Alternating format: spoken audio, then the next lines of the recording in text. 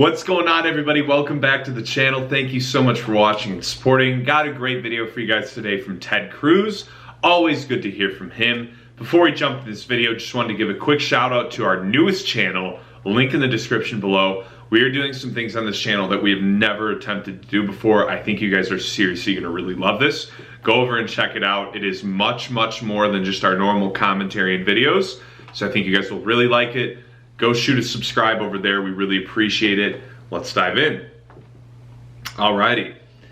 At this point, it's no secret that Senator Joe Manchin resides on his houseboat named Almost Heaven when visiting the nation's capital. But little did we know that the vessel, characterized by scares and strategy sessions with White House officials, has actually served as a hangout for lawmakers on both sides of the aisle to sing, eat, and even chug a beer. Or three. For example, Senator Ted Cruz, while resting one foot atop a chair a la Captain Morgan, is reported to have once downed 3 beers in a matter of minutes while fraternizing with former Senator Tom Harkin of Iowa, one of his most liberal colleagues.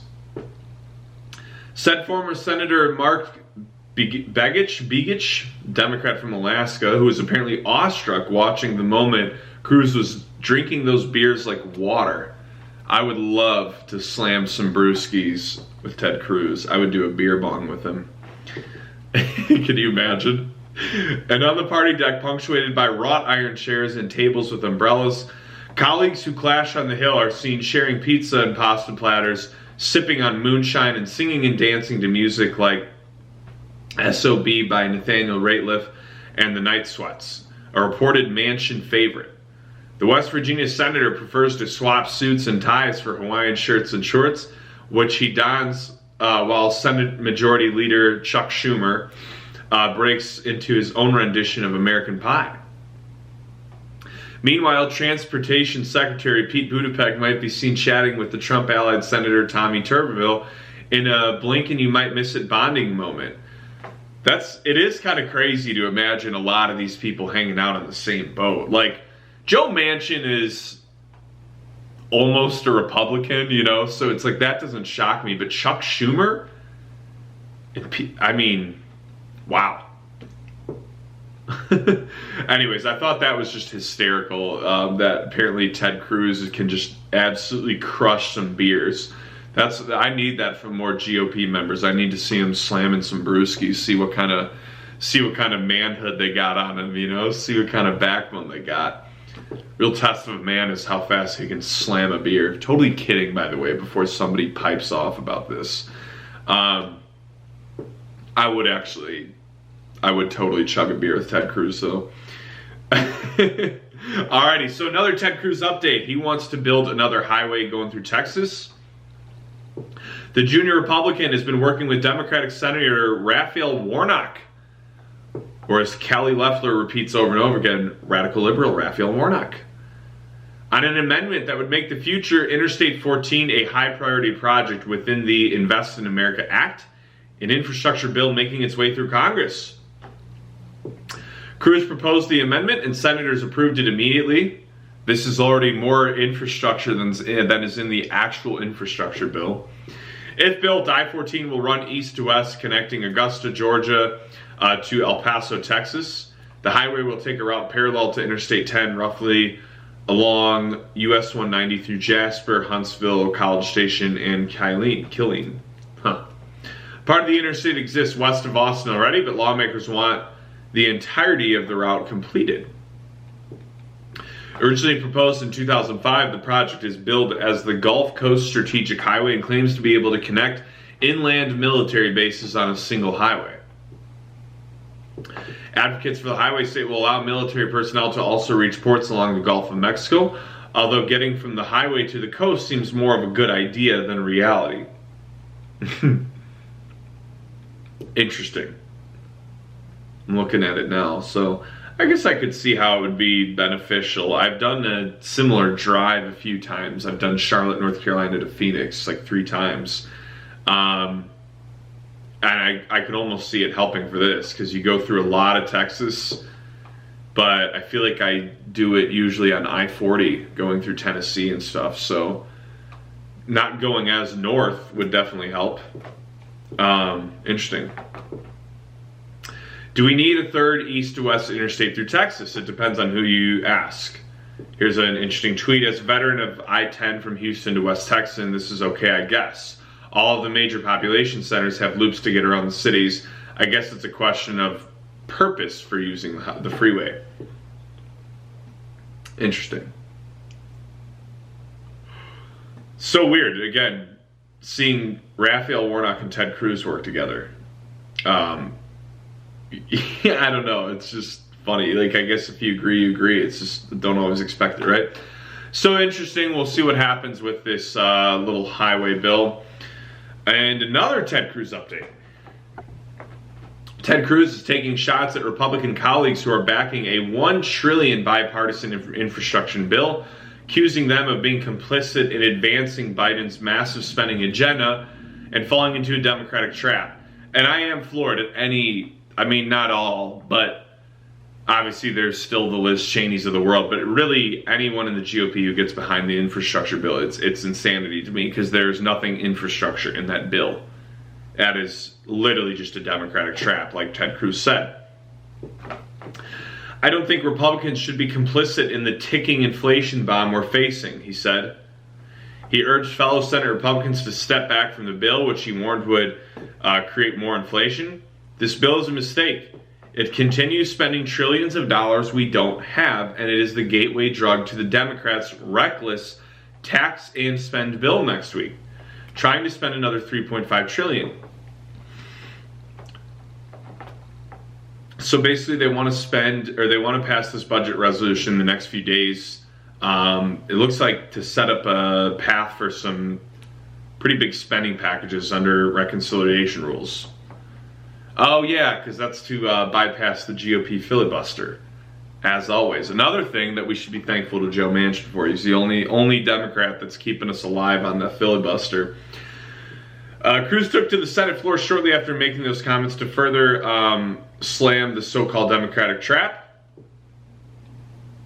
The Democrats in 7 months are spending more than double what we spent to win World War II. This is reckless and it's unprecedented. As Admiral Akbar said in Star Wars, it's a trap. It's a trap. What, man, Ted Cruz, he's always making Star Wars references, and like, what's the... Sometimes I feel like he's trying too hard to relate. I'm like, bro, just be you, be passionate. Like, we're all about you when you're just authentic. But I don't know about these little, oh, and he's got a little sign for it when he was presenting. It's a trap. What is it? Cruz seized on a cost analysis released by the Congressional Budget Office earlier, projecting that the bipartisan infrastructure package will add $256 trillion to the federal deficit over the next decade. We're told that this bill would in part be paid for with $205 billion in repurposed relief funds. But when the bill text was released, magically those funds weren't there. It has become apparent instead that only about $50 billion in the release funds are being used to help pay for this bill. Some have claimed that the bill is paid for, but by any measure, the pay-fors are quite simply gimmicks. He added, this is a bait and switch, and the bill is not paid for like we were promised. Cruz questioned his Republican colleagues' thinking behind their decisions to back the bipartisan spending bill when they know that Senate Majority Leader Chuck Schumer plans to pass in the fall a $3.5 trillion package with elements of President Biden's agenda left out of the pending infrastructure bill. Suppose this so-called bipartisan $1.2 trillion infrastructure bill was being offered in exchange for the Democrats' massive $3.5 trillion reckless tax and spend bill. In that case, I could understand the logic of doing the smaller bill instead of the massive bill, he said. But it's not being offered in exchange, he continued. The Democrats have made it clear that they're going to pass the infrastructure bill, take every penny of the spending, and then turn around and try to ram through their massive $3.5 trillion tax and spend bill right on top of this. Other conservatives have warned GOP colleagues that voting for the bipartisan infrastructure bill is a political mistake because it gives Biden a big win and advances his later agenda. My own view is that this is Republicans supporting the Joe Biden agenda, and it's very woke leftist agenda, said Josh Hawley. Haven't heard from him in a while, I feel like. He's keeping his promise, but that's not an agenda I support, and certainly Republican voters don't support it. I think it's going to be hard to explain to them why you were part of helping this get through. I mean, to me, if you're a Republican pushing this, like, that's career suicide. I mean, seriously, what are you thinking? Because this is one of those issues where almost all Republicans agree. You know, I guess I just don't understand. I don't understand how you could be in the GOP and back this. Like I said, unless you're Liz Cheney, then I get it. Like, then it makes sense because you're just a rhino. But what are you thinking? You know, there's certain things in the Republican Party that I feel like the Republican base is somewhat divided on. You can get some support. I mean, I feel like that's how Mitt Romney's made his career, is finding those random pockets of not really Republican voters and exploiting those issues that he knows he can get away with them. But infrastructure bill like this traditionally has never been a thing where it's divided. I feel like most of the GOP is agreement that this is literally a Democratic trap, like Cruz and Admiral Akbar said. Anyways, let's move on. He also talked recently about Cori Bush, which has been a hot topic. I want to read his comments. You know, the sad thing is just how typical this is. The left embraces hypocrisy. There's an old saying that hypocrisy is the tribute that vice pays to virtue. And if you look at the left, whether it's communist or socialist, you know Fidel Castro was a billionaire, Raul Castro was a billionaire. The left always mandates different rules for the little people than they themselves live. During the lockdowns, we saw California Governor Gavin Newsom having a scrumptious dinner at the French Laundry, despite the fact that he'd ordered the people of California not to do that. We saw New York Mayor de Blasio going to the gym because he said it was really important for him to work out and not the little people of New York. Their lives don't concern them.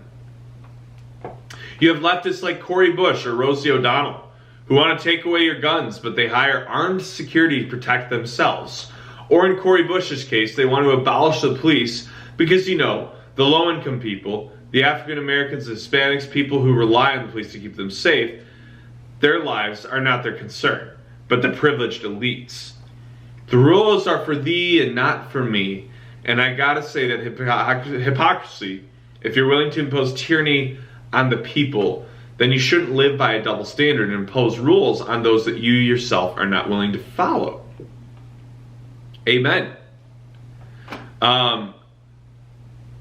It is pure hypocrisy. The Cori Bush thing was nothing short of mind-blowing for me. I mean, literally what she said, what do you want me to do? Die?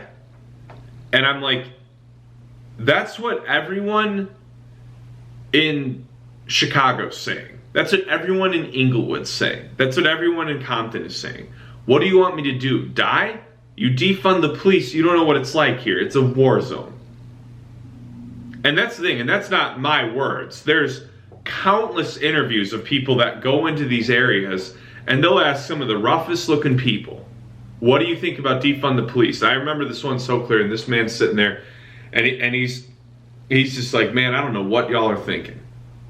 He's like, I've lived in this same neighborhood for 30 years, and he's like, all I've witnessed is we just kill each other. He's like, and you want to defund the police? He's like, it'll be an all-out war zone in here.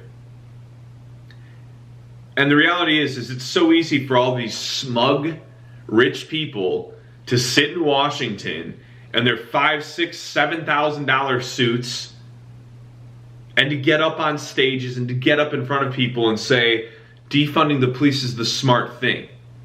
Easy rhetoric. Easy to go out there and be left-leaning and say that. The media's promoted that message. Everyone's promoted that message, but you have no idea what it's like. I don't really either. But I have enough empathy to not assume that I know. I have enough empathy to say that I've seen that these people clearly are hurting. I've seen that these people are getting murdered in the streets. Getting rid of cops ain't a good idea. Cori Bush clearly thinks that for her life, but not everyone else's. What do you want me to do? Die? That's what they're all saying in South Chicago. What do you want us to do? Die? What do you want our kids to do? Get shot in the streets? Ain't no cops to protect them. Not anymore. It's not even the hypocrisy that bothers me.